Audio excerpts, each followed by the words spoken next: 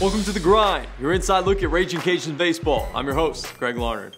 All right, let's take a look back what the Cajuns did last weekend and on Tuesday. Last weekend, they dropped 2 of 3 to Texas State on the road, and some say that might impact their chances to get in that large bid. I say there's still a chance. On Tuesday, the Cajuns got a victory over Tulane, 7-6. And the Cajuns used a plethora of arms to start this one. Nick Lee started. He ended up getting the win. He moves to 2-6 on the season. But Grant Cox is the guy that I want to look at in this one. He pitched 3 good innings of ball right in the middle of that game where it could have really gone one way or the other. The Cajuns got out to an early lead. Cox was able to hold down the Green Wave, and the Cajuns offense pounded out 9 hits in the victory, and they took down the Green Wave's #1 pitcher.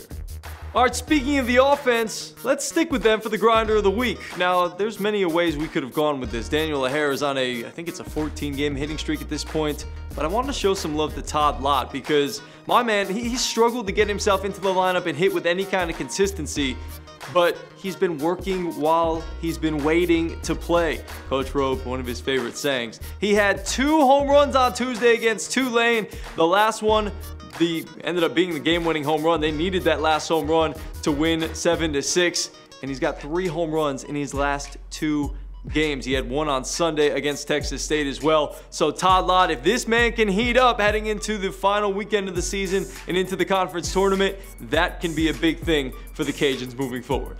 All right, let's take a look at what the Cajuns have coming up this weekend. Well, it's not technically this weekend because they start on Thursday. We're going to get into the game times. They're facing ULM. It's rivalry week around the Sun Belt Conference. The Warhawks, 23-28 overall, 10-17 in the Sun Belt Conference.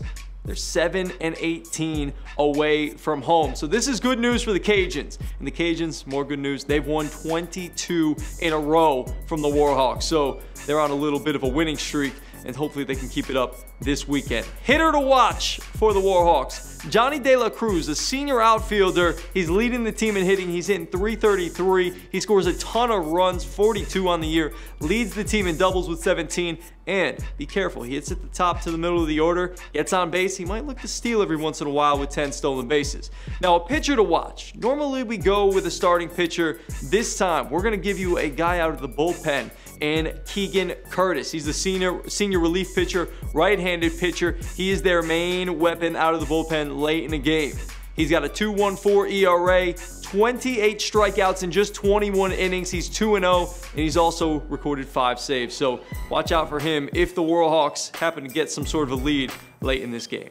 All right, let's take a look at what we got coming up game time-wise for this week into this weekend. Game 1 is on Thursday at 6 p.m. Game 2 is going on Friday. Again, a 6 p.m. start. It will be senior day, so get out there early. Support your seniors on this Cajun team that you've been watching for the last 2, 4, 3, however many years they've been here. And then Game 3 is on Saturday at 3 p.m. to finish up the regular season, and that is graduation day as well. Now, every single game can be heard on KPEL 96.5, KPEL965.com, and of course, the KPEL 96.5 mobile app.